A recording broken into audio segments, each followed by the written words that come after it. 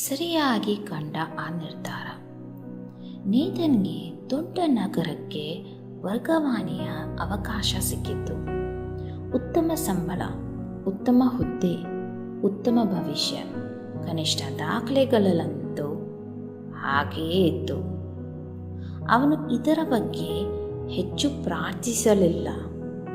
ಇದು ನಮ್ಮ ಜೀವನವನ್ನು ಸುಧಾರಿಸುತ್ತದೆ, ಖಂಡಿತವಾಗಿಯೂ ದೇವರು ಇದನ್ನೇ ಬಯಸುತ್ತಾನೆ ಎಂದು ಅವನು ಸರಳವಾಗಿ ಯೋಚಿಸಿದನು. ಆದ್ದರಿಂದ ನೇತನ್ ತಕ್ಷಣವೇ ಆ ಪ್ರಸ್ತಾಪವನ್ನು ಒಪ್ಪಿಕೊಂಡನು. ವರ್ಗಾವಣೆಯ ನಂತರ ವಾಸ್ತವವು ಎದುರಾಯಿತು. ಸುದೀರ್ಘ ಪ್ರಯಾಣದ ಸಮಯ, ಮಕ್ಕಳೊಂದಿಗೆ ಕಳೆಯಲು ಸಮಯವೇ ಇಲ್ಲದಂತಾಯಿತು. ಅವನ ಹೆಂಡತಿ ಒಂಟಿತನವನ್ನು ಅನುಭವಿಸಿದಳು. ನೇತನ್ ಸದಾ ಅವಸರದಲ್ಲಿ ಮತ್ತು ಖಾಲಿತನದಲ್ಲಿರುವುದನ್ನು ಅನುಭವಿಸಿದನು.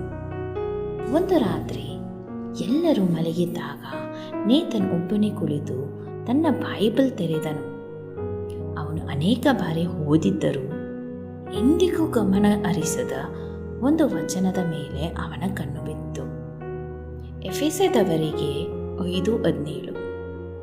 ಆದದರಿಂದ ನೀವು ಬುದ್ಧಿಹೀನರಾಗಿರದೆ ಕರ್ತನ ಚಿತ್ತವೇನೆಂದು ವಿವೇಚಿಸಿರಿ. ನೇತನೊಂದು ನೋವಿನ ಸಂಗತಿಯನ್ನು ಅರಿತುಕೊಂಡನು. ದೇವರ ಚಿತ್ತವನ್ನು ಕೇಳದೆಯೇ ತನಗೆ ಸರಿಯಾಗಿ ಕಂಡಿದ್ದನ್ನು ಅವನು ಆರಿಸಿಕೊಂಡಿದ್ದನು. ಅವನು ಪ್ರಾಮಾಣಿಕವಾಗಿ ಪ್ರಾರ್ಥಿಸಿದನು, ಕರ್ತನೇ, ನಾನು ನಿನ್ನನ್ನು ಬಿಟ್ಟು ನನ್ನ ಭವಿಷ್ಯವನ್ನು ಯೋಚಿಸಿದೆ. ಪ್ರತಿ ಹೆಜ್ಜೆಯಲ್ಲೂ ನಿನ್ನ ಚಿತ್ತವನ್ನು ಹುಡುಕುವುದನ್ನು ನನಗೆ ಕಲಿಸು. ನೇತನ್ ರಾತ್ರೋರಾತ್ರಿ ಎಲ್ಲವನ್ನೂ ಬದಲಿಸಲಿಲ್ಲ, ಆದರೆ ಅವನು ನಿರ್ಧಾರಗಳ ಮೊದಲು ಪ್ರಾರ್ಥಿಸಲು, ಕೆಲಸದ ಮಿತಿಗಳನ್ನು ಹಾಕಿಕೊಳ್ಳಲು ಮತ್ತು ತನ್ನ ಕುಟುಂಬಕ್ಕೆ ಆದ್ಯತೆ ನೀಡಲು ಪ್ರಾರಂಭಿಸಿದನು. ಅಂತಿಮವಾಗಿ ಉತ್ತಮ ಸಮತೋಲನವಿರುವ ಒಂದು ಕೆಲಸ ಸಿಕ್ಕಿತ್ತು. ಅದರಲ್ಲಿ ವೈಭವ ಕಡಿಮೆ ಇರಬಹುದು, ಆದರೆ ಶಾಂತಿ ಇತ್ತು. ನೇತನ್ ಅನುಭವದ ಮೂಲಕ ಈ ಸತ್ಯವನ್ನು ಕಲಿತನು. ದೇವರ ಚಿತ್ತವು ಯಾವಾಗಲೂ ದೊಡ್ಡ ಅವಕಾಶವೇ ಆಗಿರಬೇಕೆಂದಿಲ್ಲ. ಅದು ಹೆಚ್ಚಾಗಿ ಶಾಂತಿ ಮತ್ತು ನೆಮ್ಮದಿಯನ್ನು ತರುವಂಥದ್ದಾಗಿರುತ್ತದೆ.